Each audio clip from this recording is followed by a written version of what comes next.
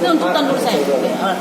Sidang hari ini Untuk tuntutan Sukinah ya, tuntut 12 tahun. Itu terbukti melanggar Undang-Undang Perlindungan Anak. ada upaya-upaya apa yang bakal dilakukan? Yang pasti setelah tuntutan, saya sebagai pengacara saya akan membuat pembelaan terhadap Sukinah yang minimal untuk meringankanlah hukumannya tadi. Ini terlalu berat.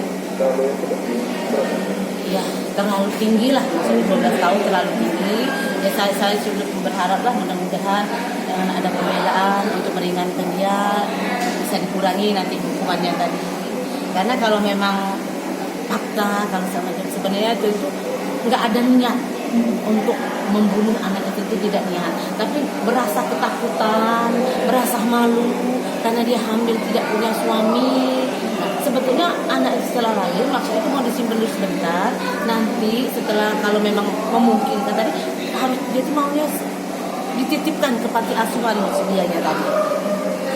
Tapi ya keburu ya, maksudnya tadi keburu ditemukan sama teman-temannya, sama pembantu di rumah itu tadi, yang merasa malu tadi, anaknya tuh kayaknya sempat dibawa ke rumah sakit, tapi kayaknya oksigen ya tidak tertolong lah, 2 jam tidak bisa tertolong kembali dia. Tadi sempat nangis. Dia sempat nangis, dia sempat merasa ya gimana ya, yang setidak-tidaknya ya naluri ibunya juga masih tetap ada. Apa yang dia omongin dari Sukinah? Ya, pas koordinasi itu apa? Dia minta, Bu, tolong maksudnya itu belahnya maksudnya itu untuk diringankan lah minimal hukumannya. Jadi tuntutan itu berat Anda ya? Iya, karena 12 tahun tertinggi masih berat ya. Jadi seminimal lah ya kita berusaha lah sebagai polisinya untuk meringankan seringan mungkin lah. Optimis kan?